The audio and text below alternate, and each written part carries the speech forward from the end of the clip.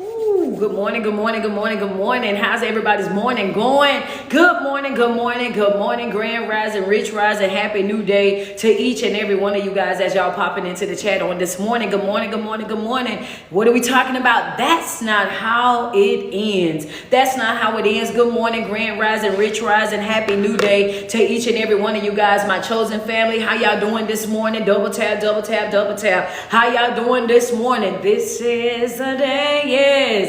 This is the day that the Lord has made. That the Lord has made. What? Hey, I will rejoice. What? I will rejoice and be glad in it. Yes, this is the day that the Lord has made. I will rejoice and be glad in it. Good morning, good morning, good morning. We already know over here in the group what we don't do, baby. We don't take not now thing for granted. Every single day that we wake up, we got breath in our body. Understand me? We got breath in our body. We have the activities of our limbs. We are doing what? Nothing but giving God praise. That's what we're doing. This is the day that the Lord has made. That the Lord has made. I will rejoice. What? I will rejoice and be glad in it. You got to rejoice every day, man. Every day. You got to know that it's somebody that wanted to wake up this morning that wasn't afforded that opportunity, right? It's somebody that woke up today and they wish that they could be right here where we are on this beautiful day. For that alone, we just got to say thank you. For that alone, we got to show our gratitude, our appreciation. You know, for that alone, we have to say, you know what? Thank you for choosing me in spite of me. Thank you for continuously looking out for me in spite of me, loving me when I know for a fact that I wasn't even deserving of what it was that I was asking you for. You did it anyway. You came through for me, and you came through for me anyway, protected me anyway, even in situations that I put myself in. If we have to be honest, you know, is that not enough? If knowing that, is that not enough? Come on, Shirley. If knowing that, that's enough right there. That's enough right there to make you wake up with your heart full. That's enough right there to make you wake up every single day and just give him honor, give him glory, just knowing that in spite of me, you did it.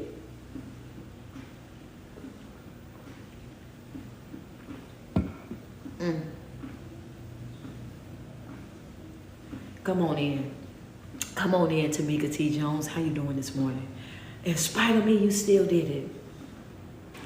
Knowing me and everything about me, you still did it. That's a blessing. That's a blessing all by itself. That's a blessing all by itself. Right? She said that's enough by itself. Come on, I just wanted I wanted you to think about that for a second. I wanted everybody that was jumping into the chat, I wanted you to think about that for a second. Think about how blessed you really and truly are. You may not have everything that you want right now. Everything might not always be going the way that you wanted to go. Thank you, Heather Gigan, for the badge. You understand? It might not be going the way that you wanted to go right now. But just think about what it could have been. Understand me? Think about what it could have been. We start looking at our life and start looking at things that's going on around us, and we start automatically assuming. Understand me? We start automatically assuming, oh, we got it so bad. But then you run into somebody that you never thought that you would run into, and then all of a sudden you look at your life and say, you know what, baby, this is a cakewalk. If I look at what they going through and how they down bad, and wait a minute, you know what? Let me not mishandle. Let me not fumble what it is that God has given me. Let me not take advantage of what it is that God has given me. When you're able to walk out of a warm house on today, double tap on the screen this morning. Double tap on the screen. Let's get it up there. Let's get it up there. We at 5.7. We got to get 10K over there on TikTok. We got 50 stars. We need 150 more stars over on Facebook to get started. We need 8 more badges on IG. Double tap on that screen. Baby, if you're walking out of a warm house on this morning, if you're walking out of a warm house this morning, just remember that it's somebody that slept on the curb, on the concrete this morning in the freezing cold. If you getting into your car on this morning and you was able to crank up your car this morning, understand that there's somebody right now that's sitting on the front porch or waiting on somebody to pick them up, embarrassed, ashamed, because they don't want to be a burden on nobody else. That there is somebody right now sitting at a bus stop in the freezing cold, got layers on top of layers as they waiting on the city bus to come and pick them up, to get them to work, to get them to school, to get to where they gotta go, and you are riding in the luxury of your own vehicle, got your heat turned up, got your music playing. Understand me, it's the simple things. Know that it's the simple things that we overlook on a regular basis. Understand that we take for granted on a regular basis. You have to learn how to be grateful, how to be appreciative, even over the small things. Something as simple as, you know what, I walked out of a warm house, and some of us didn't just walk out the warm house. Come on, Nicole, can we be real? Some of y'all didn't walk out your house this morning until you put something in your belly. You woke up this morning inside of a warm house, crawled out of a warm bed, walked down to your stove, made you some good old breakfast, some oatmeal, some grits, some eggs, some bacon, some toast, while somebody got up this morning and their stomach is still grumbling. Understand that their stomach is still empty. They're still trying to figure out how they're going to make it, what they're going to do, what they're going to eat today. How dare you walk around ungrateful, unappreciative? Every day that you wake up, you owe it to the Most High God. Every day that you wake up, we take those things for granted. Because it happens so much, we get used to it and we think that it's just supposed to happen. We wake up every day and we just think it's supposed to happen. That's supposed to happen for me. Understand me? No, baby. That ain't supposed to happen for you. Understand me? He said you don't know the day or the hour. You don't know when the next day is going to be your last day. Understand me? So, you done got a little bit too comfortable. And then we'll be telling them, come on, Betsy, can we be real with you? Good morning to you, sweetheart. Baby, you done got a little bit too comfortable thinking that every day you supposed to wake up, baby, thinking that every day you supposed to have every day. No. People's life change just like that. Here today, gone tomorrow. Just hung up the phone with them, and then all of a sudden you on social media saying, oh yeah, well, we just got finished talking. Just like that. It's not promised. It's not promised. It's not promised. Come on, double tap on that screen. Baby, it's not promised. And we have to learn how to stop taking things for granted. Every single day that you wake up, your first thing should be to always give God glory, give him praise, show your gratitude for him just breathing breath into your body all by itself. Understand that, for allowing you the opportunity to experience a brand new day all by itself, for him having you in your right mind, giving you the activities of your limbs. When you look around and you see so many people over there laid up in the hospital, you see families making their way to the funeral home. Understand me, and this ain't got no age on it either. I'm talking about of all ages, and here you are, baby. Come on, you better get right. It ain't promised. Every day that you wake up, every day that you wake up, if you're looking for a reason, sweetheart, hear me. Every day that you wake up, if you're looking for a reason to be grateful, good morning, Diva Styles. Understand that. If you're looking for a reason to be grateful, there's your reason. If you're looking for that, if you're looking for a reason to be grateful, there's your reason. If you're looking for a reason to keep going in life, and you were feeling defeated, and you were feeling sad and depressed, and you were about to count yourself out, you was about to give up on yourself, hear Coach this morning. Let that be your reason.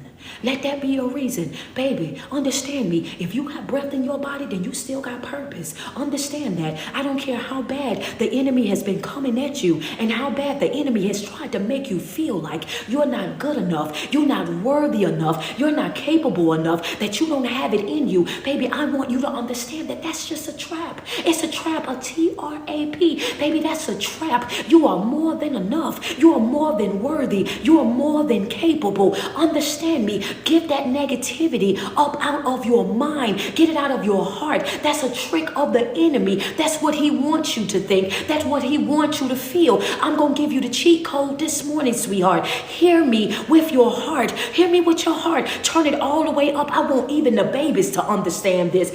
Every day that God wakes you up, he's waking you up, letting you know that you still have purpose. If you didn't have any purpose, if you didn't have a mission that you had to fulfill on today, sweetheart, then you would not be here. He's not waking you up for no reason at all. He's not allowing you to experience this brand new day for no reason at all. Understand me. Cheat code is I still got purpose. Understand me. When you don't know what else to say back to the enemy, when the enemy's trying to trick you up out your spot from this day forward, I want you to hear coach in your ear, and I want you to say it as loud as you gotta say it. I still got purpose. Hello, every time the enemy try to tell you that you can't make it, I still got purpose. I won't be here. I still got purpose, because he's not going to wake you up for no reason. If you are still here, still clothed in your right mind, activities of your limbs, my love, you still got purpose. You still got a mission. You still got a job that you got to fulfill. Do not allow the enemy to trick you up out your spot. Don't allow the enemy to trick you, to finesse you up out of this thing. Understand me. It's still got some purpose, baby.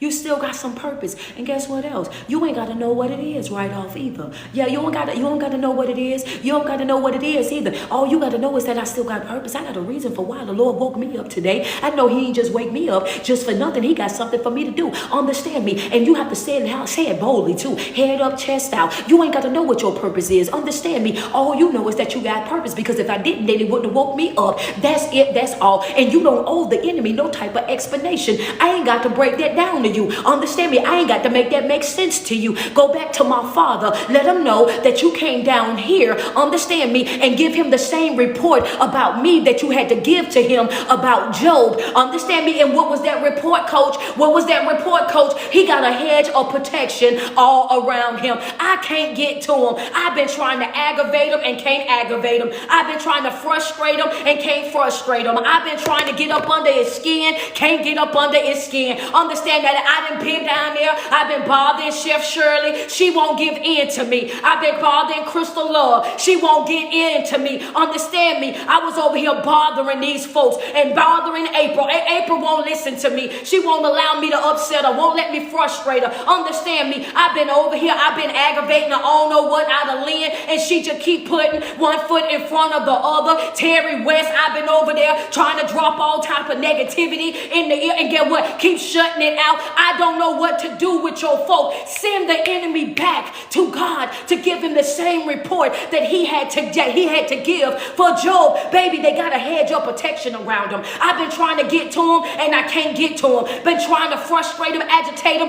annoy him. I've been trying to trick him into throwing in the towel. Been trying to trick him into giving up on themselves. Tried to trick them into depression. Tried to trick them into stress and anxiety. Tried to trick them and tell them that they wasn't more than enough. And guess what? I can't get no access. Come on. Good morning. We did not get started. What you say, baby? No access. I can't get no access to him. Come on, Shantae Star. Let's be real. Baby, I can't get no access to him. I keep trying to get to these folks, but these folks so prayed up that I can't get to them. These folks right here, understand me. They fasting and they praying, they worshiping, they got a whole little thing going on. I don't know how I can get to them.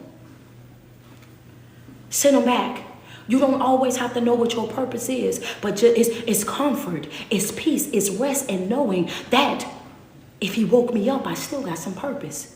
And that's okay. Why? Because God is not going to always give you all the information all at once. He wants to secure the yes first, right? Understand that. What you say, Coach Cole? You're not going to always know all the play-by-play. You're not going to always know exactly what God wants you to do, how he wants you to do it in your life. You got one job, and your job is to be obedient. But you got one job. What's your job? My job is to be obedient. That's right. I didn't got to understand the play to run the play. Understand me. I don't always have to understand the play to run the play. I'm running the play based on God's instruction. Understand me. When I get out there on the field, I'm going to do whatever it is that he told me to do when I get out there on the field. Why? Because he has insight. Understand me. He's able to see the whole entire game. I'm only able to see from my side of it. Understand that. I'm only able to see from my angle. That's right. I'm only able to see from my angle. He has a all over view. He knows who's coming from the left, who's coming from the right, who's running straight down the middle. He has a full view of everything that's going on. So understand me. I got one job, and my job is to be obedient. My job is to stay in alignment, because as long as I am obedient and as long as I am in alignment, then I have what? I have his protection. Understand me. What you said, as long as I am obedient, as long as I am in his alignment, then I have what? I have his protection. And the enemy's job is to do what?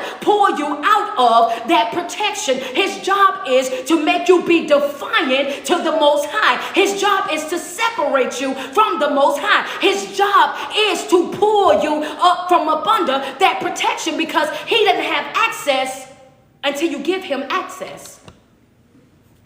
I don't know why I always come out here. It's cold out here, and I come out here with this jacket on, and by the time we get into this live, I'm already pulling this here jacket off. I'm gonna have to stop putting it on. Yeah, come on. I see y'all. Friends say, Coach, come on. Yeah, that's real life right there. What you say? That's real life right there. What we saying right now? I'm saying that the enemy's job is to do exactly what the enemy's job is gonna do, right? That's what he's gonna do. So if you out there, understand me. If you are operating with obedience, right? And if you are obedient and you're in alignment with the Most High God, if you got those two things running together, your obedience and you're also in alignment, so you're following God's instruction in every single thing that you're doing in your life, understand me, no matter what it looked like, and you realizing that even while you out there on that field, that you're going to have to take some hits from time to time. That's all part of the game, right? You've ever watched football, right? Y'all know I love to give sports as an illustration. When you play football, then you know that before you win the game, you might get tackled. You might have, there's going to be sometimes in that game that you might just get hit. And understand me, and you got to brace yourself for the hit. You got to be prepared for the hit. That thing right there, that's going to happen. But there's also sometimes in the game, understand me, follow what I'm about to say, but there's also sometimes in the game when you out there and you got that person that's big as all get out, right? This big as all get out, and he can't wait to hit you. Understand me, he been plotting and planning all day about how he gonna send you flying. Understand me, that's the enemy right there. So when you out there, you in this game of life, understand me, and you're taking instructions from the Most High God, then you have to understand that right there in that moment, he sees the full view. You only get to see it from your angle. Understand me, I know this is kind of early, and we don't normally do this early. I know, so this is you. This is you. This is your view. You only can see what's right here, right? This is God. He's able to see all of this because he's above. He's above you.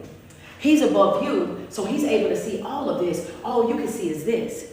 You can't see around what that is. All you can see is this. This is your view right here. This is his view. His view is way broader than your view. Understand me. His view and your view, they are not the same. They're not the same. And they're not the same because of what? They're not the same because of the placement. Your view and his view are not the same because of the placement. He's an all-seeing God, which means he sees everything all at once. You can only see it from your angle of that thing, right? So when you're working on something, the only way that you can see it is from where you can see it. That's why you can have 4 or 5 different people inside of what? One building, and they can all have windows, but everybody have a different type of view, right? You can have 4 people in the same building and everybody have a different view. They don't see what you see because of the angle that you are at. In a spiritual realm is how you have to also look at your life on a regular basis.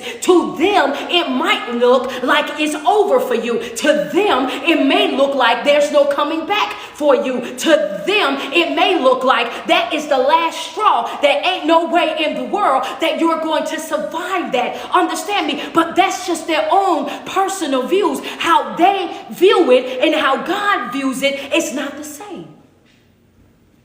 I'm gonna let that hit some folks. I'm gonna let that hit some folks. Thank you, Danielle. I appreciate that. I'm gonna let that hit some folks. So yeah. I'm gonna let that hit some folks. What you saying? What you say? I said you can have 4 people inside of one building and everybody have 4 different views. For them, they can look at your life. If you take that in a spiritual realm, then you understand that there will be people that's looking at your life and they have already made up their mind that there's no coming back for you, that there's no way that you can survive, that you could come out of that. That's what their view of that situation is because of the angle that they're in that moment. But God's view and our view is not the same. He gets to see it all over. And when you have the ability to see all of it, then your insight is completely different. Understand me, your insight is completely different, which means you can see ways that other folk can't see. Understand, because of the angle in which you are. And that's how it is when you are in the game of life, right? When you're in the game of life and you got that big old joker that's out there on the field that's already made up their mind that they go, oh yeah, I'm sending you flying today. Hello, somebody, oh yeah, this about to be all on ESPN. This hit right here, this gonna take over social media. This hit right here is going viral. Ain't no way in the world. They've already made up their mind. But then when you're in alignment with the Most High God and you're taking directions from the Most High God and you out there, right? You got your shoelaces laced up, whole armor from the top to the bottom. You already suited and booted and you ready to go, right? So now he think that you listening to somebody in the walkie. You ain't even listening to them. You over there done already made up your mind, right? You done got up there and said, God, have your way. You done messed around and got out there and got into prayer on the field. I'm talking about some real Russell Wilson type of stuff, right? You done got into prayer on the field. You about to make something happen that everybody thought they could not make happen. When everybody think that it's over for you, then all of a sudden, right, you take off running, full speed ahead, running. That big joker just thought that you was going to come over to the right. He's still over on the right. You halfway down the field, right? You're running because your instructions is completely different. God sees ways that we don't see. Then all of a sudden you over in the end zone and you celebrating. And folks still out there on the field. Hold on, imagine. I want you to see yourself. This you got your football gear on. And you in a celebration station over there. You in a celebration station right now. Because what are you celebrating, Coach? It was so many folks that said that you wasn't going to make it, that you wasn't going to be here. It was so many folks that had already counted you out. It was so many people that had pre-celebrated. They were pre-celebrating over your life. They just already knew that you would never be able to come back from that. Understand me. They knew that hurt was too deep. They knew that betrayal was too deep. They knew that letdown was too deep. They knew, oh yeah, they ain't going to never be the same after that. That's what they said. And then you messed around and got in alignment with the Most High God. And then he started showing you things that you never saw before. He started showing you ways out that you never thought was even possible. Now here you are, understand me, celebrating, and everybody else is looking at you trying to figure out how and why. This is how God works. Friends say, yes, Lord.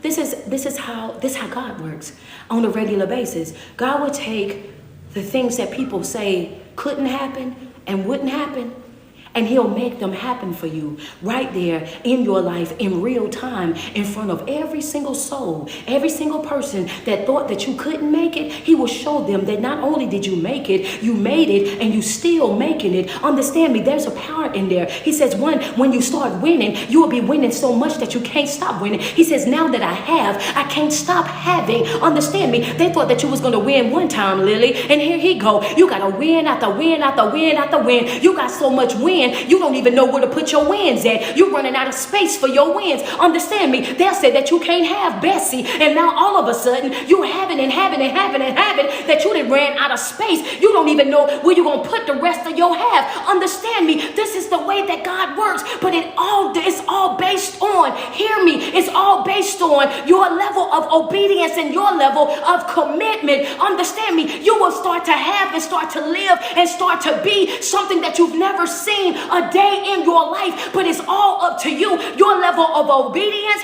and alignment. Are you obedient and are you in alignment with the Most High God? Understand me. Are you operating with limitations over your life? Are you over there being confined, stuck, stagnant in what other people see when they have a limited vision? What you say, Coach? They got limited vision. Put it inside the chat. Oh, baby, yeah, when you start speaking that negativity all over my life, when you start coming at me, understand me, and you whining and complaining about life, my new thing to say is that your vision is limited. I just want you to put it in the chat. Hey, woo, come on. Hold up. I'm going to drink the water. Yeah, baby, your vision is limited, baby. You got limited vision. Anytime they come to me, I'm trying to tell you right now, that's exactly what my rebuttal is going to be every single time. I'm going to turn you every which way but loose. Baby, your vision is limited. Hello, somebody, don't come over here talking that defeated talk. Don't come over here talking that down talk on yourself. Oh, I don't know and I can't see. Baby, your vision is limited. Understand, you need to broaden your vision. Understand, that's it. That's all. Put it in the chat. That's what we're going to start telling folks. Double tap on the screen. Hey, what we going to tell them, Rashida? Baby, your vision is limited. Heather Giga, baby, your vision is limited. You ain't thinking big enough. You're not seeing big enough. You need to stretch your eyes out a little bit, baby. Your vision is limited. Understand me. If you're walking around and you're feeling defeated, hold on. If you're walking around, come on, Rashad, and you're connected to the Most High God, if you're walking around and you're in alignment with the Most High God, and you have the audacity to say that you don't know how you're going to make it, you don't know how you're going to fix what it is that you're dealing with, baby, correct your vision. Your vision is limited. We need you to get something. Yeah, wipe them glasses off. You got to, your vision is limited. Because when you're connected to the Most High God, then we understand what? This is not how this ends.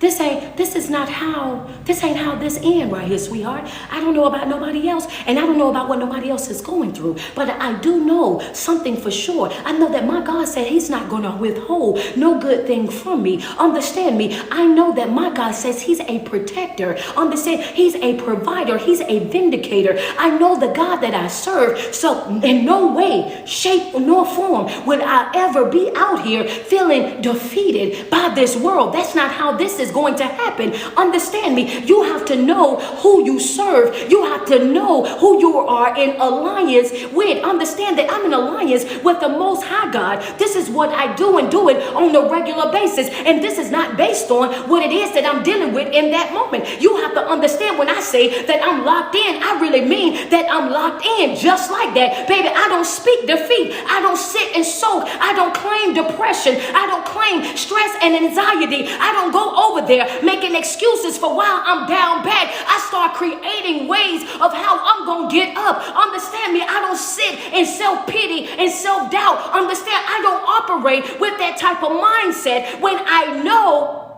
who I'm in alliance with. Come on, Kara.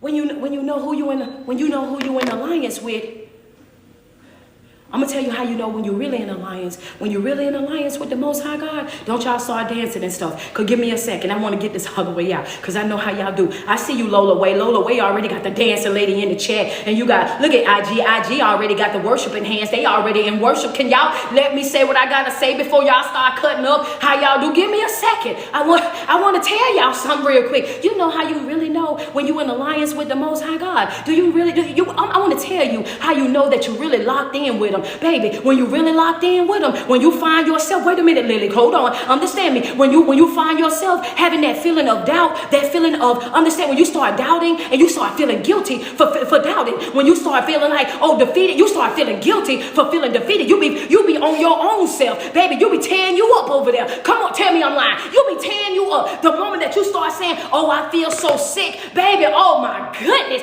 baby, you be so mad at yourself. Come on, Diva Styles, let's be real. You be so mad at yourself for even speaking that over your life. You'll be so upset with yourself for even allowing doubt to even creep into your mind. You'll be so mad at yourself for even speaking any type of fear over your life. That's how you know when you're in alliance with the Most High God, because when you start doing things that you know that you weren't supposed to be doing, you feel like in your heart of heart like you insulting God, because your desire is to please please him. Your desire is to make sure that you are operating in the way that he wants you to operate. That's how you know when you're in real alliance. When you want to do wrong, you can't. Okay. That's you be wanting to do it, but you don't do it. Come on, Nicole, tell the truth. You be when you want to do it. Oh Lord, when you want to do it and you can't do it. When you want to do it and you can't do it, how do you know when you're in a real alliance? Come on, Kush King. When you know that you're in a real alliance with the Most High God, is that when you used to be able to do something and you done it without a second thought. You can do it and go do it and you had the happiest time and you felt absolutely nothing towards it. And then all of a sudden, when you come in alliance with the Most High God, then when you start to do that thing, then all of a sudden that thing be eating you up. You'll be feeling so bad and don't nobody know about it but you. Understand me? But it still bother you because your desires at this time has changed. When you become in alliance with the Most High God, when you start following the instructions of the Most High God, when you have that encounter, then all of a sudden your desires in life, they change. Before, you used to say things like, oh, I want to please me. As long as I'm satisfied, that's all that's matter. I'm just trying to please me. But once you become one with the Most High God, then all of a sudden you only want to do what's pleasing to him. You say, it ain't about me. It ain't about me and what I want to do. It ain't about me and where I want to go. It ain't about me and how I want to act. I want to act in a way. I want to be in a way. I want to show up in a way that is pleasing to the Most High. This is your mentality. This is how it shifts. This is how you know, understand that you've been in alliance right there, because you can't even do what you used to do and do it comfortably. Okay, it's the truth. Thank you, Terry. Thank you, Terry West. And some of y'all, I'm just saying, hey, don't get mad at me. I'm just saying that's how you know. If you was looking for confirmation of how do I know that I'm doing the right thing? How do I know that I'm on the right path? How do I know that this is what it is? Baby, you know that because you can't even do what you used to do and do it comfortably. Now when you do what you used to do, it bothers you. Subconsciously, it rides you. That spirit of conviction turns you every which way but loose. You can't even sin in peace no more. Okay, coach, wait a minute. You're being spiritually messy. Baby, you can't even sin in peace no more. You don't even feel comfortable doing what you used to do. And even deeper than that, some things, understand me, even some things that you was doing that you didn't even know that was a wrong thing for you to do, those things now will start standing out to you as well. When you become one with the Most High God and your desire is to please God, then you start to choose. You start choosing different. Desires be different. What you want out of life be different. You start evaluating subconsciously. This is not even what you do consciously. Subconsciously, you start evaluating every aspect of your life because you want to make sure that everything that you do is in alignment with his will. Understand me. You start looking at the smallest stuff. You start looking at this. You start looking at that. You start picking yourself all apart like, I just don't want to disappoint him. I just don't want to be out of alignment. I just don't want to mess up. Your desire changed. Your desire changed. This is what it's like when you're in alignment. This is what it's like when you're really working the process. And it's a beautiful thing. But what I want to tell you, even though it's a beautiful thing, give yourself grace, because something that is as beautiful as that is also something that the enemy will utilize as well. Hear me. Let me teach you real quick. Let me teach you. Something as beautiful as that. Someone with a hunger, with a desire, with a passion to serve the Most High God. When you are in alignment and you have experienced God on that level like that before, you have to still proceed with with caution. Put it inside the chat. My newcomers, put it in your notes. What are you saying? You still have to proceed with caution, right? Because you have to also understand that even the more that you grow, the enemy is also growing. Understand me? And by growing, I'm not saying in statue. What I'm saying is the more that you grow, the more that your desire grow, the more that your hunger and your passion develop inside of you, the more that you're passionately pursuing your purpose, your calling, your anointing, and chasing after nothing but the kingdom of God, then in that moment, the adversary is also teaming up as well, right? Because he's looking at your life and saying, wait a minute, this person has gotten too big for this little imp. You can't handle them no more. You got to call another one. So now you got another one, and then you got to get another one. Why? Because this person is growing at such a rapid pace, and the more that they build on, the more that they come up with these strategic plans of how to do what? Pull you out of alignment. The enemy's goal is to separate you from the Most High God. The enemy has one job. The enemy don't want you. The enemy doesn't want your relationship. The enemy don't want your marriage. The enemy don't want your children. The enemy can't do anything with those things. Can we be real? Do y'all mind me being real this morning? Can I be real? Can I just put it out there so that we really understand it? The enemy don't want your stuff. The enemy don't want your stuff. The enemy wants your will. The enemy wants to separate. His desire is to separate you from the Most High God. That's his desire. That's his job. That's what he wants. He don't want your little funky relationship. He already said you halfway want the relationship. He don't want to deal with them hard-headed children. You don't even want to deal with them hard-headed children. He don't want your family. He knows you wish you was born into another family. He looking at it the same way you looking at it. Why you think I want that? He don't want that. He uses that. He uses those things to distract you. He attacks those things because those things are attached to you. He don't want those things. He uses those things because those things are attached to you. He don't want those things. He uses those things because those things are attached to you. This is the enemy. Let's put one down here, one over here. Don't talk about my little stick figures. This is the enemy. Encamp. This is the enemy encamped all around you. This is you. These are the things that's connected to you. You got family, you got friends, you got jobs, you got all these things are things that are connected to you. The enemy has access to these things. And these things have access to you. This is you.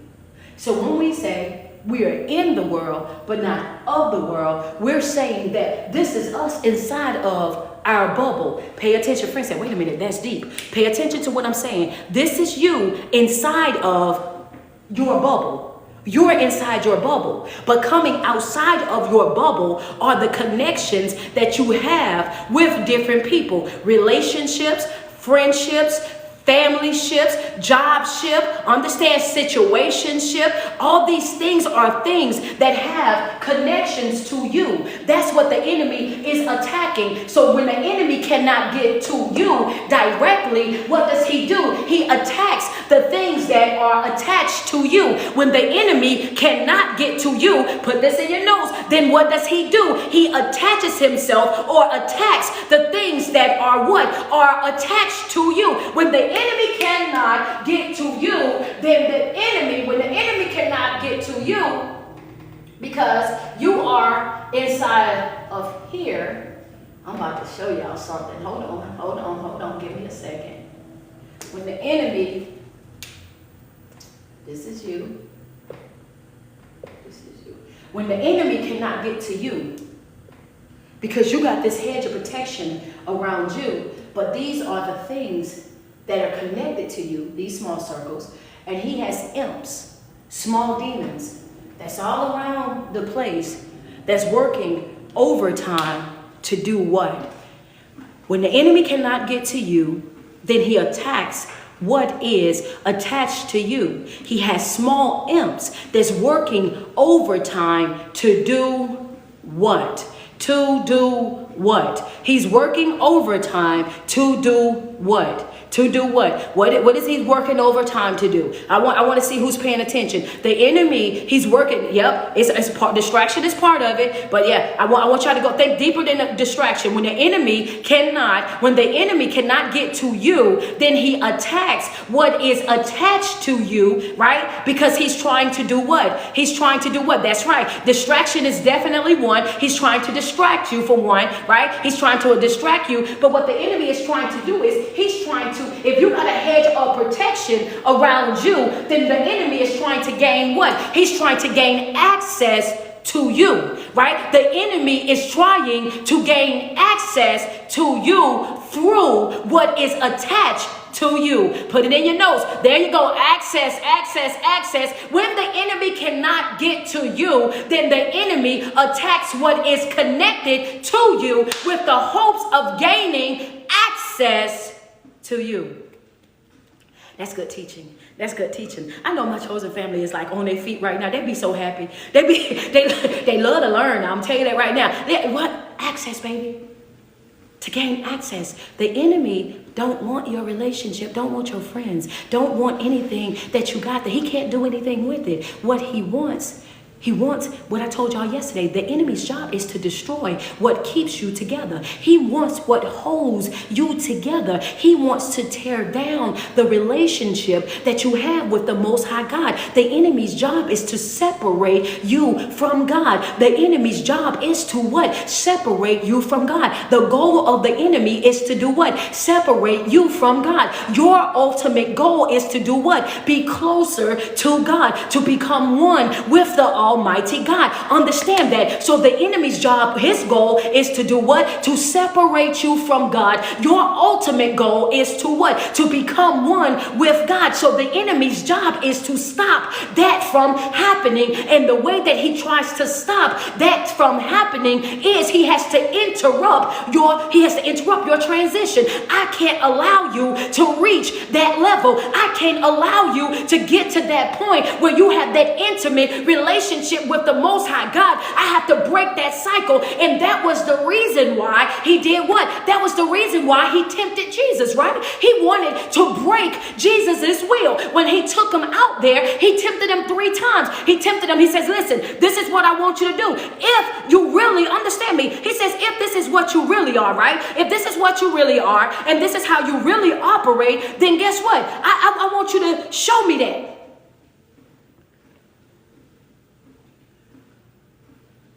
If you're really the son of God, he makes you question. That's why I say, stop questioning who you are. Stop questioning yourself. When you know that you're in alignment with the Most High God, when you know that you're following his instructions, stop allowing the enemy to creep up into your life. Understand me, and drop that fear, drop that insecurity, stop that self-negative talk, that negative dialogue. Understand me, shut it down right then and right there, because the enemy's job is to do what? Tempt you through your emotions. This is what he's going to do. He's going to bother you within your emotions. He's going to try to make you think that you're not good enough. He's going to make you think that you're not worthy. He's going to make you think that you're not valuable. He's going to make you think, oh yes, stress and anxiety and panic attacks, and you're just not good enough. He's going to drop in that spirit of comparison to make you feel like you are inadequate, to make you feel like everybody else is better than you, and there's no way that you're going to be able to make it. This is what he does. He toys with your emotions. He's going to tempt you through your emotions. Another one that he's going to use is going to be what? So emotional temptation, right? Just going back to last week, emotional temptation. The second one is going to be that physical temptation. It's when the enemy actually attacks your body, your physical body,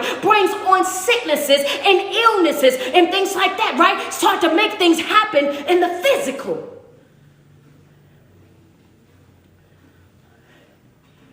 In the physical. When you have to tell your favorite goodbye. When you have to separate yourself physically from the people that don't mean you no good. When you have to pull back and say, hey, look, this ain't good for me. This ain't working for me no more. I can't do this. I can't do that because physically it's draining me. Physically it's keeping me from operating as my best self. And as much as I love you, you're not good for me. As much as I want this friendship, this familyship, as much as I want to do this right here, this ain't good for me. It's destroying me physically. It makes me not want to get up out of the bed in the morning. Physically, it makes me want to not eat. Physically, understand me, it's ruining my mental health. I can't even think straight. Understand me, when I see your name pop up on my phone, I get instant anxiety. You're destroying me from the inside. He will attack you physically. Understand me, the physical temptation. This is what happened, and it's not just in a bad way, it's also the physical temptation of your desires. That's right, he'll start bringing somebody around that looks the part, that looks the preference. They say the right things, they do the right things, but you are just not ready for a relationship. They say the right things, they do the right things, but you're not healed from what you've already just came out of. They say the right things, they do the right things, they smell the right way, they have the right type of income, coach. Wait a second, you don't know that if I connect myself with them right now, that's gonna pull me up out of everything. You want me to pass that up, but it's gonna ruin your peace. It's gonna ruin your joy. It's gonna destroy you piece by piece. Baby, you gotta be able to identify a beautiful disaster. It look good on the outside, but the inside of it is rotten to the core. Understand me, I'm talking physical temptation when it happens both ways. I can't tell you one way without telling you the other way. So yeah, you have to understand, it's when you want to, utilizing that desire restraints. It's when you want to, but you know that you shouldn't. I want to, but I can't do that now. Yeah, Sirski. Yeah, I want to, but I can't do that right there, baby. You look good, you smell good, but I'm just not in the position just yet. I'm still in my healing stages. I still got work that I need to do on my own life. Understand me, I'm still broken from my last relationship. I'm still picking up the pieces from my generational curses. Understand me, I'm not in a position to be able to love nobody. I got to take care of me first. I got to handle me first. I got some things in my own life that I need to deal with, and I don't want that right now. And how do I know that it's the enemy at that time, though, coach? How can I identify that? Because when you say no and they disrespect your no, that just already told you everything that you needed to know about that individual right there. Say it one more time, coach, for the folks in the very back, because they be misunderstanding that, and they think that just because a person keep coming back, then that must mean that that's God, and that's God's way of bringing them no. A person that won't respect you when you say no is letting you know at the beginning of the relationship that yes, you can say no, and I'm gonna pressure you into changing your mind. That's just a slight or a light form of manipulation. If they come into the relationship disrespecting your no, then you might as well be prepared for all throughout the relationship for them to do what? Come on, disrespect your no, to continue to put that pressure on you, to continue to bother you and bother you and bother you and bother you until you give in. And that's how we know that that's the devil, because that's how the devil operates. He bothers you and bothers you and bothers you until you give in. Is that not what he do? He been doing that since the beginning of time. Baby, I don't look at that, and I'm not impressed by that. I'm not turned on by that, and I don't care nothing about that. When I say no, respect my no. When I say I'm not ready, then respect the fact that I say that I'm not ready. Because now I see through that. Now I see through that. What you mean? What you mean? What you mean, coach? Hold on. What you mean? You see through that? Because why did you want me at my lowest? When I'm telling you that the only type of people that want you when you at your lowest, the only type of people that want to be in a relationship with you when you down bad, the only type of person that want to deal with you when you still got, when you're weak, when you're broken, when you're heartbroken, when you're not emotionally available, the only type of person that want to deal with you when you at your lowest state and you're not emotionally available is somebody that's about to run a complete muck up in your life. Understand me, they want you at your broken state because they want to be able to say that they was there for you and they are the ones that help heal you. Understand me, they want to take the credit for your healing. They want to create a false sense of responsibility from you to them to make it seem as though you owe them something, like, I helped you heal, I helped you get back to where you was. When I met you, you was down bad. When I met you, you was broken. When I met you, you didn't know this and the third, and I came in and I fixed you and I came in and I did this and I did that, and now you feel obligated to be with them. I'm gonna snatch my pants up. Ooh, I wish y'all would see the way I'm holding these shorts up over here, baby. Yes, Sirski. Okay, well, you can get mad all you want, but the truth is, yeah, somebody said, that's how I got in the relationship that I'm in right now. Hold up. Hey, first of all, Kira, they need to tell them to leave your coach alone. I didn't even supposed to be over here. I supposed to be somewhere else. But all I'm saying, Diva, somebody come get me. Somebody come get me, baby. Listen, all I'm saying, hey, baby, you in that kind of relationship right now? Blink twice if you need to get up out of it, okay? I'm just trying to tell you that, hey, this is how it happens. This is how it happens. And now you find yourself in a situation that you ain't even really want to be in. Now you're in a relationship that you didn't want to be in, and they've created that false sense of responsibility, and you feel obligated to love them. You feel obligated to be in a relationship. You feel obligated to give to them and do for them because you feel like this is what they understand me, because you feel like they was there for you at your lowest, and you didn't even realize what you thought was love was really not love at all. It was really manipulation. Understand me, because the only type of people that want you when you're at your broken state, at your lowest state, is people who are operating with that spirit of manipulation. Understand me, that's what you wanted. You wanted me when I was broken because I was easy to control, that you could tell me anything, and you went outside of your way to learn every single thing about me. When I was going through my healing stage, you went and made sure that you laid up with me at night. Understand me, listening to everything that I was going through, so you knew exactly what to use against me. You knew exactly what to say and what to do. Understand, to make me feel less than, to make me feel like I had no worth or no value. You knew exactly what I needed. Understand me, this is why I say that it's so important for you to know who you are, what you are, and what you're going through, to know your weak areas, your deficits, because the enemy is not going to waste any time playing on those things. Understand me, this is how the enemy operates. This is how he operates. This is how he operates. The next one, physical temptation, emotional temptation. And then it's control temptation. Control temptation.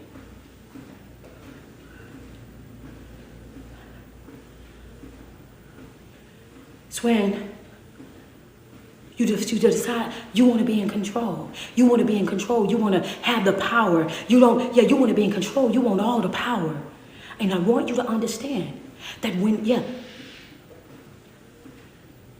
you got to be in this journey, on your spiritual journey, the snooze flash. You have to be willing to relinquish the control. You have to be willing to step back and step away and allow God to do whatever he's going to do in your life. I teach my chosen family to always pray, God, make an executive decision in my life. Don't feel like you got to come and consult me about it. Don't feel like I already surrendered my yes. Have your way in my life. Move how you need to move in my life. That's all that I want. Understand me, when you surrender that need for control, that's when when you will start to see your whole entire life. It'll shift. You will no longer feel the pressure of life. You will no longer have to deal with the stress and the anxiety of trying to control the outcome of life. You will step back and step away, and all of a sudden, those panic attacks, those stress attacks, those anxiety attacks, all that breathing inside of a bag, and all those different type of medications that you used to have, you won't even need those things anymore, because you will start to operate with a level of peace and calmness that you've never experienced a day in your life. And that's the reason why the enemy don't want you to get to that place where you relinquish that control, because if he keeps you running after that thing of control, and if he keeps you operating there, then that means that you're constantly operating in panic. What'd you say, Coach? The enemy uses the control temptation to finesse you, to trick you into thinking that you control the outcome of things. And as long as he has you thinking that, you have the pressures of this world, the stress and the anxieties of this world, because you think that you are in control when you're not. God is the only one that controls the outcome of every situation. And if you want to win, then you have to be in alliance with the one that controls the outcome. Say it one more time for my people in the balcony. Virtual church, hold on a second. Rashad, tell the choir to sit back down. Tell the choir to sit down. I got something to say. I want you to understand this. God is the one who controls the outcome. God is the only one that controls the outcome. You've been finessed. You've been bamboozled. You've been hoodwinked. Understand me. The enemy has just got over on you. It doesn't matter how many decisions that you make. You don't control the outcome. It doesn't matter how many which ways that you turn that thing. You still don't control the outcome. It doesn't matter how many times that you stay up all night long. Hear me, Rashida. You still do not control the outcome. Monica, I need for you to know that no matter how many tears that you cry, you still don't control the outcome. Nikki, with the word, I want you to know, no matter how many adult temper tantrums that you throw, you still do not control the outcome of things. God is the only one that controls the outcome. Those are emotions. Understand me. You having these temper tantrums, you losing sleep, you missing meals, you stressing yourself out, and it's all for nothing. It's all a trick of the enemy. That's it. That's all. That's not going to get you anywhere. It's a waste of time. It's a waste of energy. It's a waste of emotions. That's what he wants you to do. You don't control it. If you want to win something, why in the world wouldn't you be in alliance with the one that's able to see the whole entire thing? If you want to win something, why wouldn't you be in alliance with the one that's able to see the whole entire thing? Let that sit in your mindset for a second. Think about that deeply for a second. If you're trying to win the game of life, right? Just think about when we were kids and we had to pick people, right? We wanted to pick the best of the best. Am I right or am I right? When you was out there and they said, we're going to play kickball. When y'all out there and y'all are playing kickball, you don't want the slow person on your team. You don't want the person that don't have enough strength to kick the ball, slam across the field to give enough time for everybody to run around so that you can win. You don't want to pick the slowest. You don't want to pick the one who ain't got no strength. You don't want to pick the one that don't know the rules and regulations of the game. You don't want to pick the crybaby. You don't want to pick the one that's emotionally a disaster over there. You don't want to deal with that. When you get to picking your team, you pick folk on your team that's locked in. You pick folk on your team that's ready to show up and practice. You pick folk on your team, understand me, that'll get out there and play the whole game and still got energy. You don't pick nobody for your team that's halfway in and halfway out. You want the best of the best.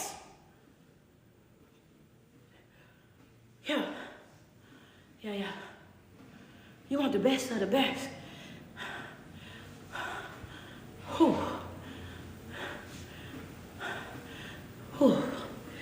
Yeah. God, I thank you.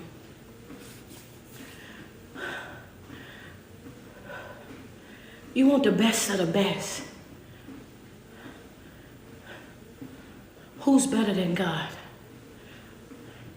If you out there and you picking a team,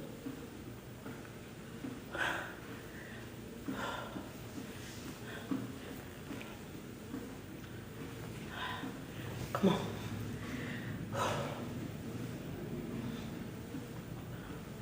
Who's better? Who's better than God? When you out there and you see, I want to go into praise, man. Y'all trying to have virtual church turned up today.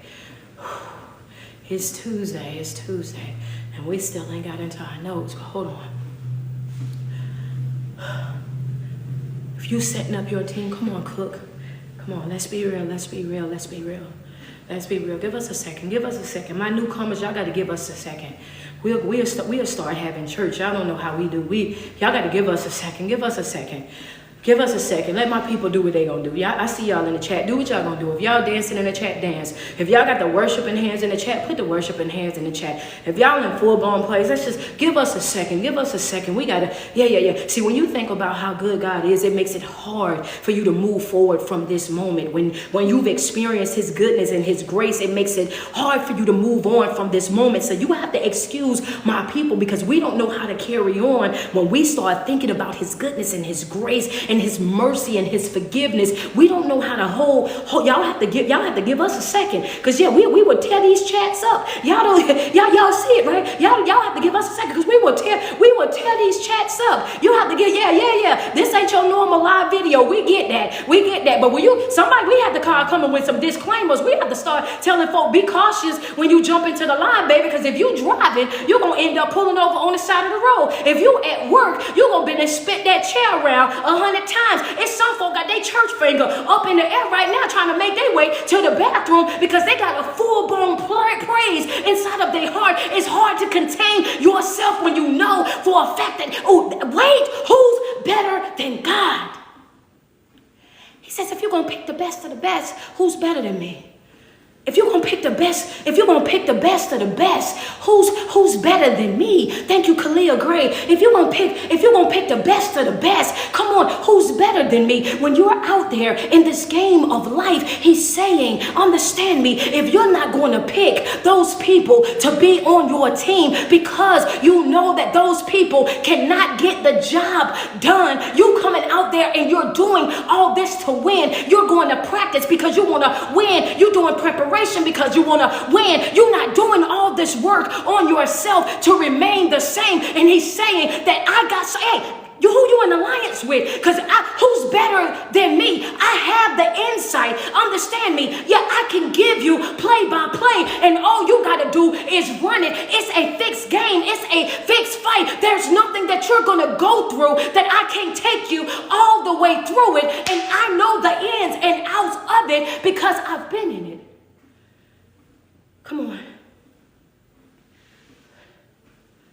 Emotional, physical, and control temptations is what we're going to be facing as we continue to go through this journey of life. These are going to be things that the enemy is going to constantly be trying to attack on every hand. This is the reason why we got to make sure that we are locked in alliance with the Most High God. Don't think for 1 second because you're praying and you're fasting and you're meditating and you're grounding yourself and you're studying the way that you are, that you're going to be exempt. Understand me, because that's not the reality. The more work that you put in on yourself and the more that you change and develop in life, the more that the enemy is going to come at you even harder. So you have to be prepared. And when you are not ignorant to the enemy's tactics, then that means what? That means that you have the advantage. You have to start looking the adversary directly in his face and letting him know, baby, did you think for 1 second I thought that you wasn't going to come? Did you think for 1 second that I thought I thought I wasn't going to be tested, that I wasn't going to be tried? Did you think that I thought that I was doing all of this and you wasn't going to show your behind on this? I knew that this was coming, and because I knew that this was coming, Come on, because I knew that this was coming. I did what? I prepared myself because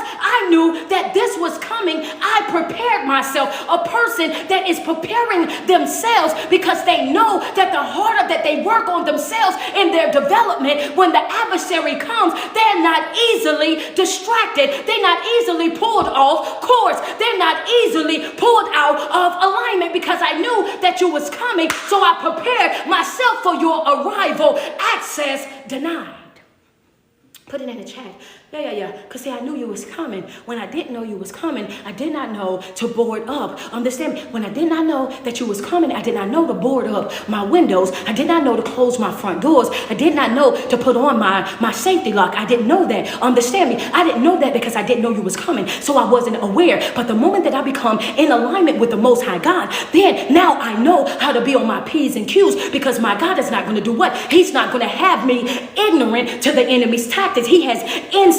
So I know your play before your play happened. What you say, coach? That gonna miss some folk right there. I knew your play before you played your play. I knew your play before you played. I'm gonna get in my notes tomorrow, I think. Understand me? Understand? I knew your play before you ran your play. Put that in your notes real quick. Understand? Are we getting all of y'all gonna get it while I'm getting it? I knew your play before you ran your play. And how is that? Because God said, I'm not gonna have you ignorant. And my people that are in alliance with the Most High God, before it even happens, we dreaming.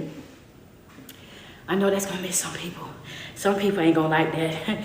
Yeah, some people, I dreamed it, and before you ran your play, I already knew what your play was, because for some reason or another, God reason, right? I had already thought that. I had a feeling. Understand, how many people gonna sit on here and say, coach, you know what? I had a feeling. I had a feeling that that's what it was gonna be. It was like, some people gonna say, I dreamed it. I dreamed that had already happened. And then a couple of days or a week later, then exactly what I dreamed. Understand, that's exactly what it was. So I had already went through all the emotions in my dream. So when it happened, I didn't have nothing to say but okay, because I had felt already what I needed to feel in that. So it didn't break me like they thought that it was going to break me. It did not destroy me the way that they thought that it was going to destroy me, because my eyes were spiritually open. Understand me? And then some of us gonna say, coach, you know what? I didn't even dream it. I felt it. I felt like something was off. I felt like something was going to happen. I felt this energy that was around me. And because I felt what I felt, I made sure that I prepared myself right then and there. I felt what I felt, and I started making the moves that I needed to make right then and there. So when it happened, I was already prepared, because I knew what I felt, and I've been in alliance with the Most High God. So I've learned how to trust myself. I learned how to trust my gut. I learned how to listen to my body, because I knew if one thing for sure, two things for certain, is that energy does not lie. I knew what I felt, so I had already prepared myself.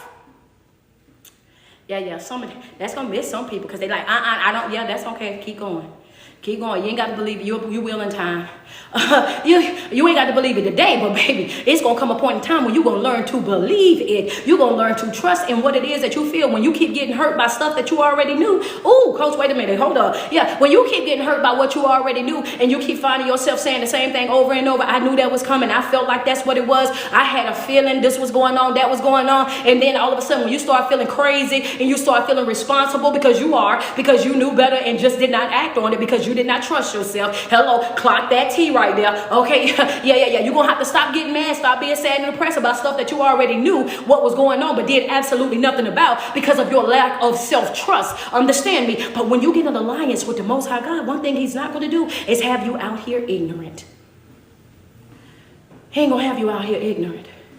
He's going to expose it to you every single time. But in order for you to see it, you have to be paying attention. The Most High God is not going to have you ignorant to the enemy's tactics, to the enemy's plays, and what he's doing in your life.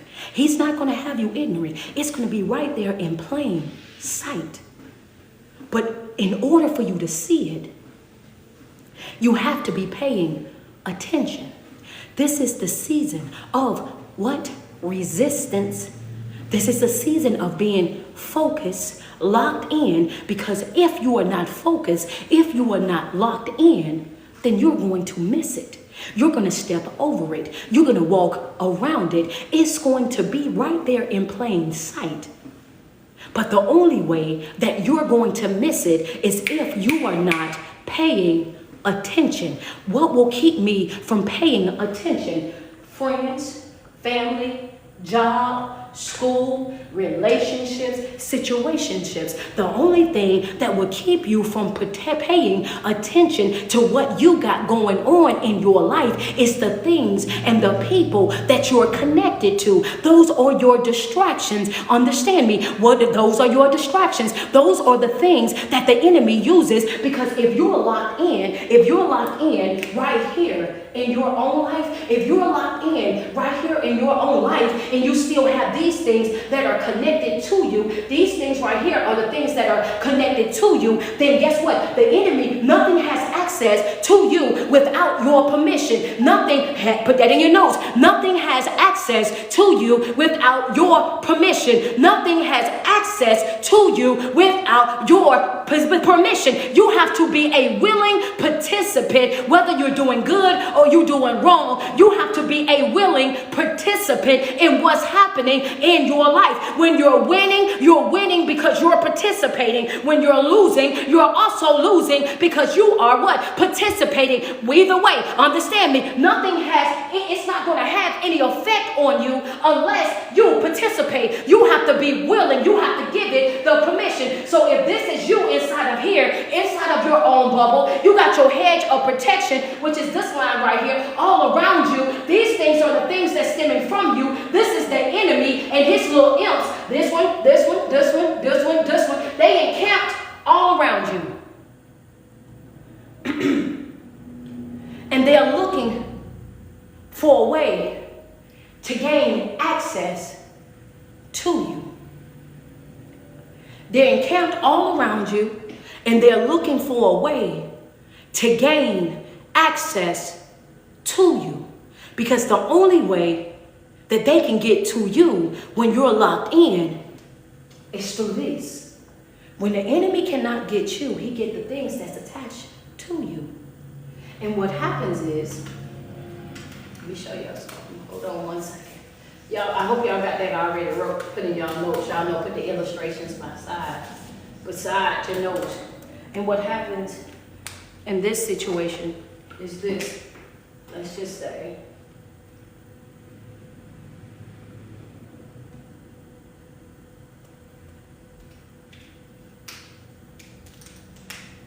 one second, y'all. I didn't plan to do all this today, or I would have had it somewhat ready.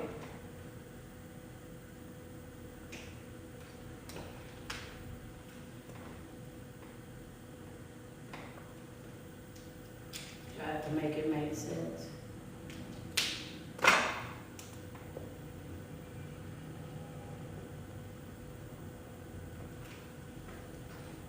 Then this happens. Then this right here, it starts to happen. This is you inside your bubble. This is what's connected to you. I had to make it plain for y'all, so y'all gonna have two illustrations. This is what's connected to you. Let's just say this is a relationship. That's a relationship. This is you living your best life, doing your own thing, minding your own business in alignment with God.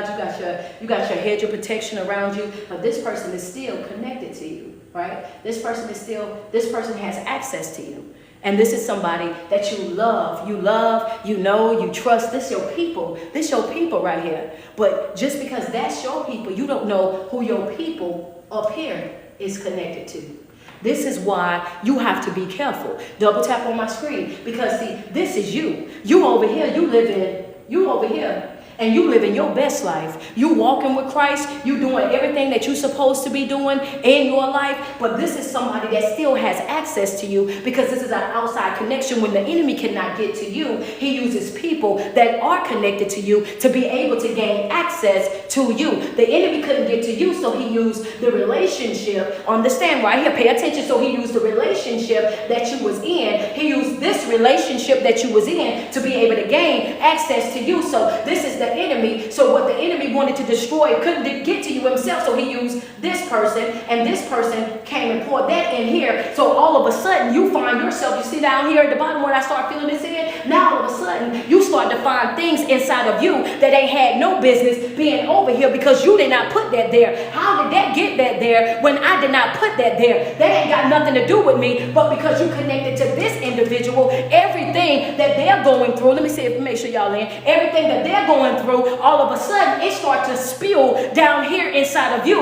This ain't even your stuff. This ain't got nothing to do with you, but they still have access to you. So because they have access to you, everything that the enemy is pouring into them is coming right on down here into you. This is why sometimes you can't just cut off that one person. You have to cut off everybody that's connected to that individual. When I walk away from you, I can't not just walk away from you. I have to walk away from you and everybody that's connected to you, because I can't allow them to use you to get back to me. I don't know what they're saying until you come and tell me. I don't know what's going on until you come and tell me. I don't know about this, and this, but it's you that come and tell me. So you have to cut off everybody to keep them from being able to come over to you, understand me, and destroy. I don't know what's going on until you bring it over here to me. So what you're saying, Coach, everybody got to go. Understand me, because then when the enemy cannot get to you, then he'll use what's connected to you, and it'll be that filtering process. Understand me? So now here you are, distracted in your life, pulled out of alignment in your life, not because you're not doing the work, but because of what you're connected to. You're growing, but you're not growing how you need to be growing, and you're missing some steps, and you're missing some stuff because you got the distractions of other people. When he can't get to you, he'll get to what's connected to you. So some of y'all saying, I don't understand how this even became this, or how I even got involved in that, and why they even calling my name, because you're still connected to the thing. You have to be willing to cut ties. Understand me. On the journey that we're on right now, on this journey that we're on right now, I need for you to know this, sweetheart. You have to be willing to detach yourself. One of the hardest things about your spiritual journey is accepting the fact that it comes with a lot of goodbyes. Understand me. One of the hardest things about your spiritual journey, your healing journey, your self-love journey, understand me, is that they all come with a lot of goodbyes. You don't learn that some people don't love you the way that you love them until you start loving yourself. That right there, that's a no for somebody. That's confirmation for somebody. That's reality for somebody. Somebody just balled their toes all the way back to their ankle with just that one thing right there. Sometimes, I'm telling you, you don't realize that they don't love you until you start loving you. When you start focusing on loving you, when you start focusing on replenishing you, when you start working on yourself, I'm talking about really focusing on your development, your healing, and moving forward in life. That's when it will expose the true nature of everybody that surrounds you. You thought that them folk loved you. You thought that them folk was really on your side. But the moment that you start loving yourself, showing up for yourself, you realize that it wasn't nothing what you thought it was. I thought I had, and you realize that the only reason why y'all was hanging out the way that y'all was hanging out was because you were the one that was reaching out. You realize that the only reason why y'all was talking the way that y'all was talking because you was always the one that was sending a good morning text that started the conversation. You thought that this is what you thought. You thought that everybody was showing up for you in the true reality. When you start focusing on yourself and your development, don't nobody get mad at me. Double tap on the screen. But then when you start focusing on yourself and loving yourself the way that you needed to really love yourself, you thought everybody was showing up for you. This is what you thought because you had them blinders on and you weren't able to see it for what it really and truly was. You was living in an illusion, which is a false reality. You was living an illusion of false reality. You thought because all of y'all were in the same place at the same time that these people were showing up for you. And baby, that wasn't the case. The fact, the real part of that was you were the one showing up. Understand me? It was never that they were showing up for you. It was always you were showing up for them. So you would see that you all were always together, but never noticed the fact that y'all were only always together because you kept showing up. Understand me. What you say, Coach? Let me say it one more time for the folks in the very, very back. You thought that because y'all were always together, you guys were always together. Hold on, Kira, because I'm trying to see if they catching what I'm saying. You felt like because y'all were always together, y'all were always in the same environment together, that meant that they were showing up for you. And the truth of the matter was, it wasn't that they were showing up for you, it was you always showing up for them. You weren't at their place. They weren't at your place, you were at theirs. You were the friend, they wasn't. You were the giver, they were the taker. Double tap on the screen, send me some love. I need 7 badges on IG, 7 badges on IG. Double tap on the screen. Can we be real? Can we be real? Can we be real? Can we be real about it? Can we be real about it? This is the harsh reality of you really tapping into yourself. This is the harsh reality of you being real, of you being honest about what's happening in your life. And you don't realize this until you really start loving yourself. You don't realize this until you really start working on your healing journey and your development. Understand me, this is what the enemy wants to always keep you distracted with. It's always going to be smoke and mirrors. It's always going to be smoke and mirrors. Black Unicorn, thank you so much. Thank you so much, Neek. I appreciate you, Miss Melalicious. Edie Nicole, thank you so much. Double tap on the screen. Can we be real? Can we be real about it? We have to be honest. Thank you, Rashida. I appreciate you. We have to be real about what's happening in our life. We have to be real about the connections that we have in our life. Thank you, Gigi. Thank you, Black Unicorn 718. I appreciate you guys so much. Double tap on that screen. Come on. Tara Denise, I appreciate you. Thank you so much, Purple Flowers. Liz Brown 2010, thank you so much. Friends say that's confirmation. We have to be real. If we're going to grow, if we're going to evolve, if we're really going to develop the way that we are supposed to, then we have to be honest. Billard, thank you so much for that badge. If we're going to be honest, we have to start being real about things. Because if we don't be real about what it is, then we'll never correct it. We'll never fix it. Thank you, Nicole. Annette, appreciate you. Annette 0303, thank you so much. It's time to be real about what's happening in your life and making the proper corrections in your life. Understand me. Thank you, Shay Shay. I want you to know. Because you can't fix. She says, I'm crying because the truth feels so good. Come on, Cook. Ain't nothing wrong with it, baby. You know what Coach tell y'all all the time? Crying is not a sign of weakness. It's a sign of release. Get that up off of you. Get that up off of you. Free you. Free yourself from that. Come on now. We have to be honest. Honest all the way around the board. Our growth depends on our honesty. Our healing depends on our honesty. K9, thank you so much. We have to learn how to be honest about what we feel when we're feeling it, so that we can grow, so that we can move forward. Because as long as we play pretend, as long as we play make-believe, as long as we play Delulu, then guess what? We're going to be feeding and fueling that false reality. As long as we play pretend, as long as we play Delulu, then we're going to be feeding and fueling that false reality. That's not real, sweetheart. Understand me, that's not real. And the only person that end up damaged from that is you. The only person that end up extremely drained from that, frustrated from that, agitated and annoyed on its ultimate highest level is you. You are destroying yourself, damaging yourself, stunning your own growth, stifling your own feet. It's time to take accountability. It's time to take accountability. We have got to make sure that we're doing the work that we're supposed to be doing. It's time to be real and accept the truth. Yeah, it's going to hurt a little bit, but it's going to definitely help you push forward in life. Accept the truth. Respect the truth. And move on with your life. This right here, baby, this is not how your story is going to end. Your story is not going to end in defeat. Your story is not going to end in a negative way if you do the work.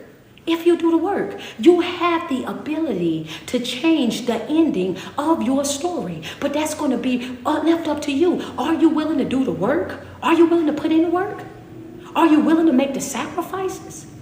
Because all of that's going to be resting on you. Understand me. I tell y'all all the time how far you go and how far you grow. Understand me. How far you go and how far you grow is going to be resting on you and the work that you put in. The walking around with that mentality that you're going to get something from nothing. Baby, that's old news. We already know that's outdated. That's expired. That's not how this journey works. Understand me. You're not going to get something from nothing. There's no need. And you walking out into this field of life. There's no need. And you tiptoeing out here in your designer bag. I don't care how expensive the bag is. There's no need for you to coming out here into this harvest. Understand, when you ain't plant nothing, you ain't put no seeds inside the ground. It don't matter how nice your bag is. Your bag is going to be empty. You walking around with an empty, expensive bag. That's all that you're going to have. Understand me. If you don't plant nothing, then you're not going to get nothing. That's just how this works. Why this thing won't let me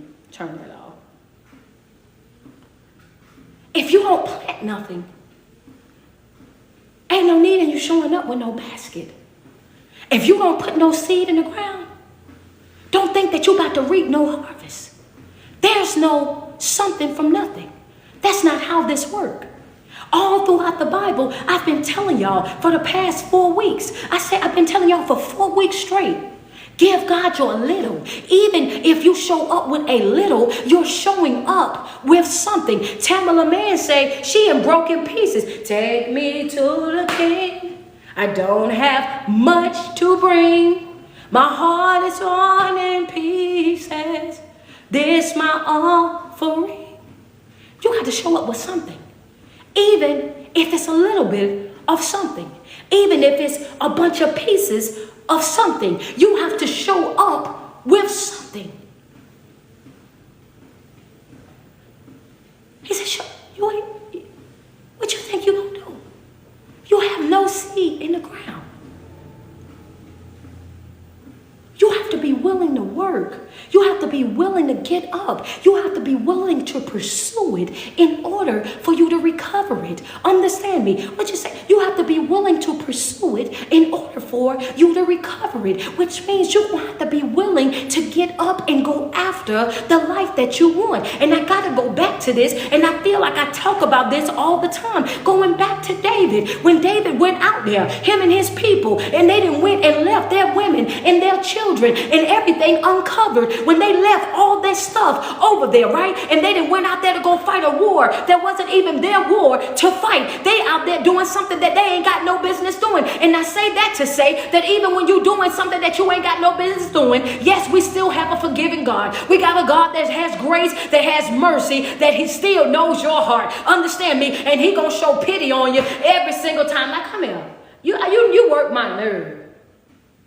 That's me paraphrasing, because I know sometimes he be thinking that about me. Like, you works my nerve. Like, if don't nobody work my nerve, you work my nerve. You know how to work a God nerve. You know what I'm saying? I feel like sometimes he be saying that about me, right? So, she's about me too. Yeah, sometimes I feel like he be saying that about me. Like, God, don't nobody, come here. You know what I'm saying? Sometimes it get like that. Sometimes I just be I be over here laughing. I be like, I'm just trying to test you, big gangster. You know what I mean? Big G, what up? You know what I'm saying? I was gonna do it, but you see, I didn't do it. You know what I'm saying? I just be talking to him like that. So this how it be happening. But he's like, I know your heart. David goes out here, and when David go out here doing something that he ain't got no business doing because he's acting out of his emotion, he left every single thing that was his. He left it uncovered. His wife, his children, his cattle, all of his riches, everything he left over here because he was acting outside of his emotions. Understand me? Acting out of his emotions. God is not expecting for you to be perfect. He's not expecting for you to be perfect, but he is expecting for you to try. Understand me? He's expecting for you to try. And he understood, the things that David was feeling because So at this point, Saul had been a real thorn in his side. At this point, he had just got to the point where he was sick of Saul. He was frustrated with Saul. He was done with Saul. I've been ducking bow and arrows. I've been allowing you to treat me all kind of way. Now I'm just ready to give in. And this is what I told y'all last week, to make sure that you don't wait until you're frustrated, aggravated, and annoyed with folk before you start responding. Because when you do that, now you're getting down on their level. And then that's going to cost you, right? Because we don't want to wait until we get to that point, and now we're acting out of our emotions. So this is what David did. So him and his people, they go out there and do that. They leave all of their stuff uncovered. And while they left it uncovered, what happened? The enemy came in and ran off with all of their stuff. The enemy came in and ran off with all of their stuff. The wives, the children, the cattle, everything that they left behind, they didn't took all of their stuff. But the thing about it is, they took all of their stuff, but they didn't lose nothing.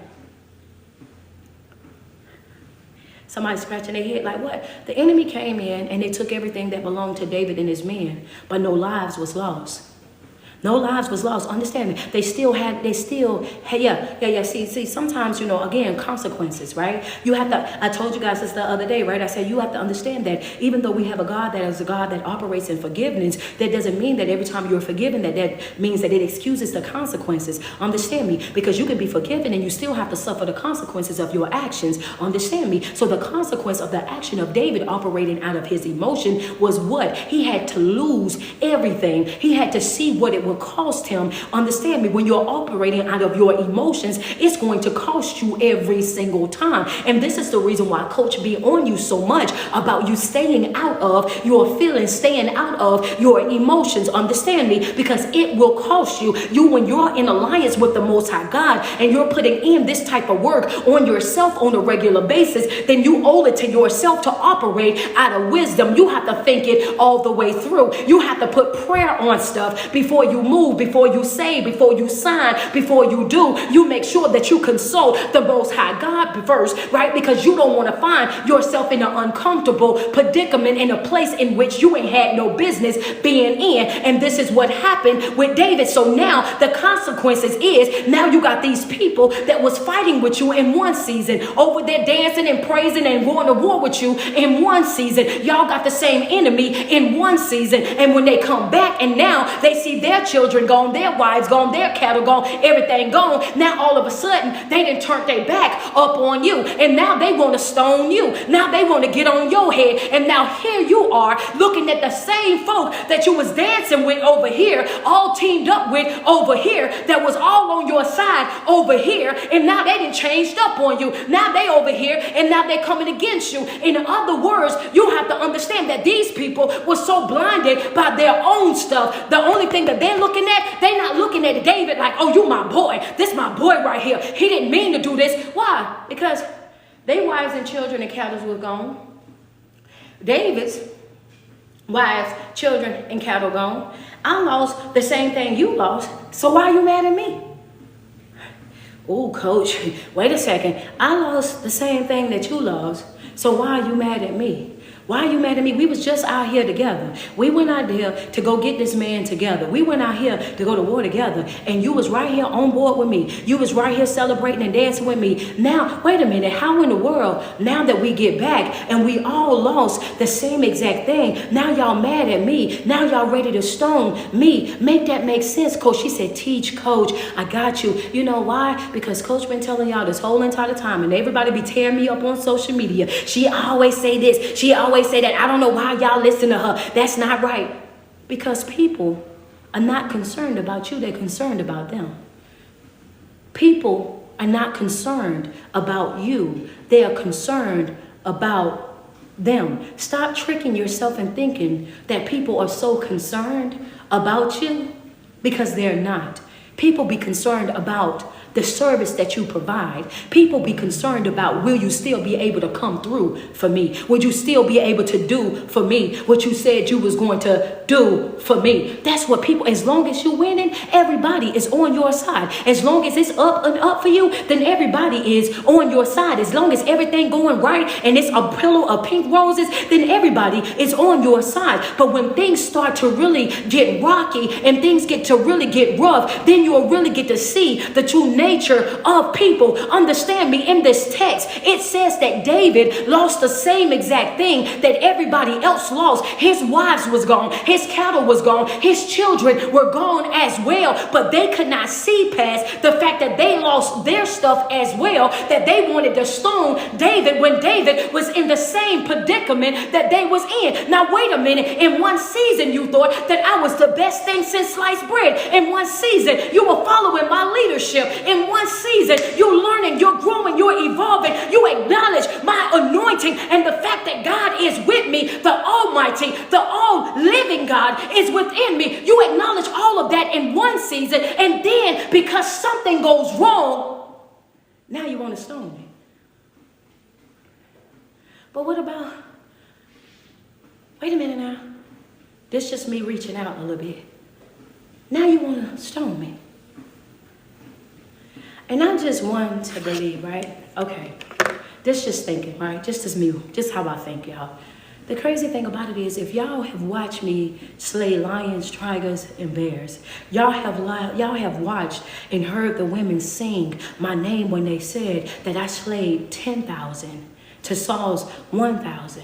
If y'all are a group of men that I trained, understand, because David is in leadership. Y'all know that I'm anointed. Y'all know that I'm called. Y'all know that with a slingshot, I took down Goliath with one stone, removed his head, took all 5 of my stones back. I started out with 5 stones. I want y'all to do the math real quick. I had 5 stones. I put one into the skull of Goliath, and when I took Goliath's head back, my stone was still inside the head, which meant I went out there with 5 stones. I returned back with 5 stones. Hey, in other words, what you saying, Coach, I ain't never took a loss. Hold up, talk to me real nice, real quick. Y'all know me, right? Y'all know I ain't never took a loss. Y'all know how come on. Sometimes you gotta flex. Sometimes you gotta pop your own collar, right? So in my mind, just me putting it in 2024, I'm in David's mind right now. And I'm like, wait a minute, y'all do know what I'm capable of, right? Y'all have checked my resume. Y'all do know the type of man that I really and truly am. Yes, and I've done all of this,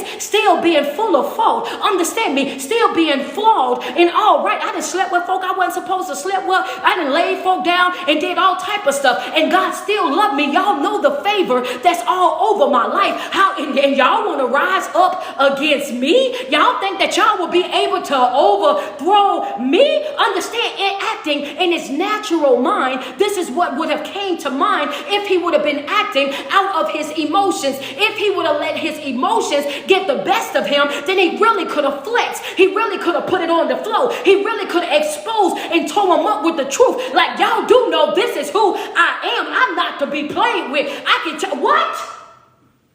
I get to get the slingshot. What? This ain't really what you want. Desire restraints is what we just talked about in the text. For this morning, we talked about the desire restraints. Right? It's when you want to do something, but you don't do it because you know the consequences of you doing it. You don't do it, even though you know you could do it, because you know the consequences of it. Right?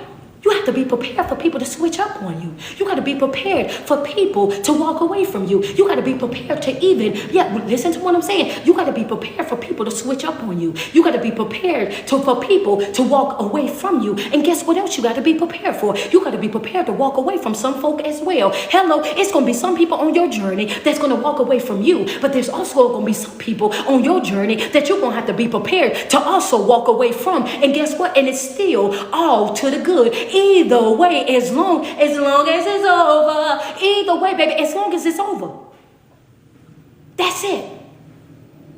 But instead of David popping his collar, breaking down his credentials, his accomplishments, running down his resume with these men, what did he do? He did what I'm about to say pastor. He did what coach told you to do. Instead of him breaking down his resume, instead of him running down what it is that he's done in his life, he did what coach told you to do. Pray first. He said what? He said pray first. Y'all, the day runs out. The bishop didn't told me I was supposed to be a pastor. I told him, no. No, bishop. No, bishop. I know the rules and regulations of a pastor, okay? I know what they got to do. I'm not getting up at 5 o'clock in the morning to sit at nobody's hospital with these folks. It ain't happening. You know what I'm saying? I'm going to pray from them from a bedside, okay? You know what I'm saying? Come on, you have to be prepared. You have to be prepared, right? For people to switch. And when they switch, you have to, what? You have to switch. And when they switch, you have to what? Be emotionally intelligent enough. Step out of your emotions and handle that thing with wisdom. To step out of your emotions and handle that thing with wisdom. He didn't run it down with them. Stop explaining yourself to people. Stop going back and forth trying to make folk understand where you're coming from. Stop going outside of your way, talking about this, talking about that. Let folk feel what they got to feel. Let folk think what they got to think. Let folk have the conversations that they want to have. And you step all the way up out of it. Baby, ain't nothing that I'm going to say or do that's going to change your mind. You've already locked in on that. And I'm going to leave you right there where you at with those thoughts. Because what? What did I tell y'all yesterday? Baby, it's all going to come out in the wash. This is not how this story is going to end. It's going to all come out in the wash. But if I give you what you want, then I'm destroying the end of the story. If I don't do what I need to do, then the scripture won't be fulfilled. Understand me? That's what Christ said, right? He says it has to be this way so that the scripture is fulfilled. So I have to operate in alignment with the Most High God so that the scriptures will be what? Fulfilled. Understand me? So what did David do? David went and got on his knees and he started to pray and he asked God, the one who has the insight and the wisdom, understand me, shall I pursue? Understand, he's bowing his head and he's asking the only one, the Almighty God, in what direction should I go? Should I sit still? Should I leave it alone? Should I walk away from this, or shall I pursue this? Should I get back up? And he says, yes, pursue it. In other words, the life that you want, you got to pursue it. You got to go after it. Sitting and soaking won't bring it to you. Crying, moping, having pity parties won't bring it to you. Sliding down the walls in your house, pacing the floor until the floor then started to peel up. Understand, that won't do it for you. You're going to have to passionately pursue the life that you want. Full of grit, full of grind, full of passion. That has to be what you eat, sleep, and breathe. You have to be super locked in so much, understand me, that it becomes a lifestyle for you on a day-to-day. This is what you have to do to create the life that you want. You have to want it, and want it more than some folks in your life don't want you to have it. You got to get up and you got to create the peace that you want, create the joy that you want, create the sanity that you want, create the environment that you want. We were born and to do what? To become and to create. Whatever it is that we become, whatever it is that we create, is all resting on us. We have the ability, each and every one of us have the ability to become and to create. Whatever it is that we become or whatever it is that we create is all resting on us. What are you becoming? What are you creating? Because that's on you. What are you becoming and what are you creating? Because that's on you. What we said yesterday, you can be the weakest or you can be the mighty warrior. You can be the sheep boy or you can be the king. You can be the slave in Potter's house, part of his house, or you can be the high priest. It's however you want to go about it. Oh, yeah. What you say, Coach? I said that you can be the weakest in the tribe, Gideon, or you can be the warrior, the mighty warrior. David, you can be the shepherd boy, the sheep boy. Or you can be King David, right? You can be Joseph, the slave in Potiphar's house. Or you can be Joseph, the high priest. It's however you want to go about it. We were created to become and to create. What you become and what you create is all riding on you. Nobody can make that decision for you.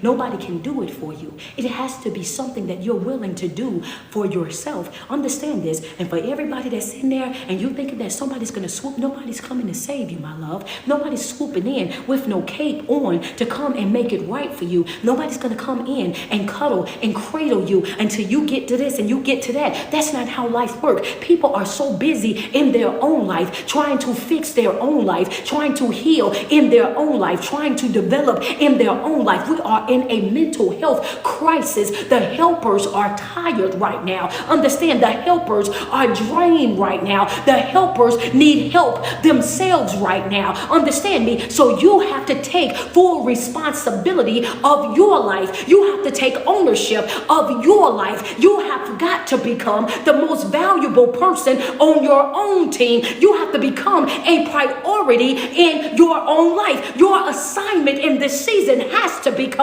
you. You can't fix nothing or nobody until you fix you. It's time to become selfful. It's time to lock in. It's time to take you serious on a level that you've never taken yourself on before.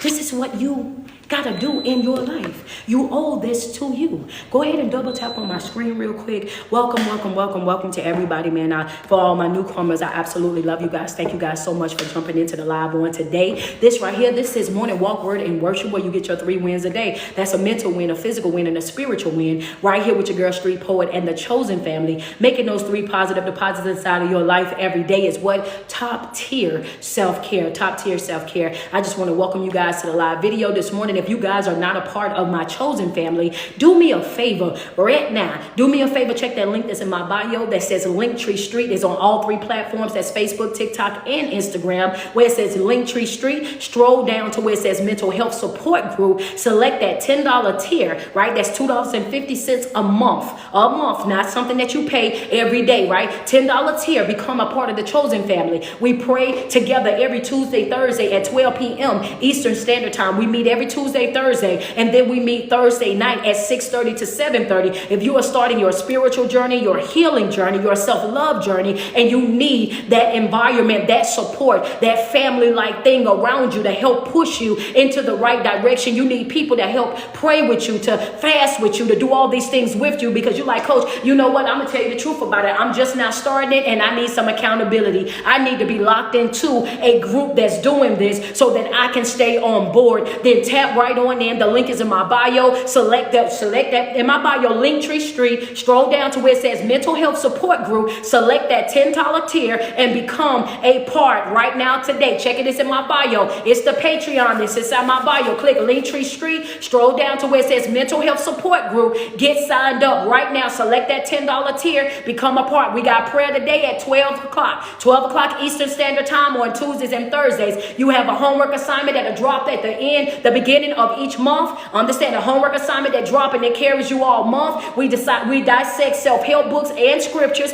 on a regular basis, right? So your homework assignment every month, and every quarter you have a reflection report. That's right, because what good is it going to be for you to be a part of the group if you ain't going to do the work? Yeah, what I just say, pursue it. You got to be willing to pursue it. So I give the homework and I also give the reflection reports for you to show me that you're doing the work and that you're really working on your development. So if you haven't became a part, make sure you do that right now. Yeah, you got homework, baby. I give y'all homework assignments the first of every month, and you have 1 month to get it completed. Every single month, you're going to have an assignment that drops the first of every month, except for the month of January. January, they're going to have a free month, and they'll jump back in February. And that's only because I'm going to be out of town, so I'm going to give them time, you know what I'm saying, to be able to work on their own for a little bit. But yes, this is what we do on a regular basis. This right here, I call it, I know it's a mental health group, it's a study group, but it's also coaching for people who cannot afford to pay $60 and $100 and $200 for therapists and coaches and what right now, because I know the type of, the situation that the environment is in. On my Patreon, you guys can utilize that for what you need it to be. So if you have questions, if you have comments, if you have things that you're dealing with that you just want to be able to vent and get off of of you, it is a good place where you will be able to use that and also grow at the same time. So I try to do things that are affordable and also things that are impactful, right? That can help people along the way on their spiritual and healing journey. If there's a way that I can help, then that's exactly what I want to be able to do, right? So yeah, and I know some people like, well, I could, yeah. Hey, I do coaching, but if you can't afford that, then come on. That's it. There's no, I try to create a space where there's no excuse for anybody to be broken. I try to create a space and an environment that is affordable for everybody.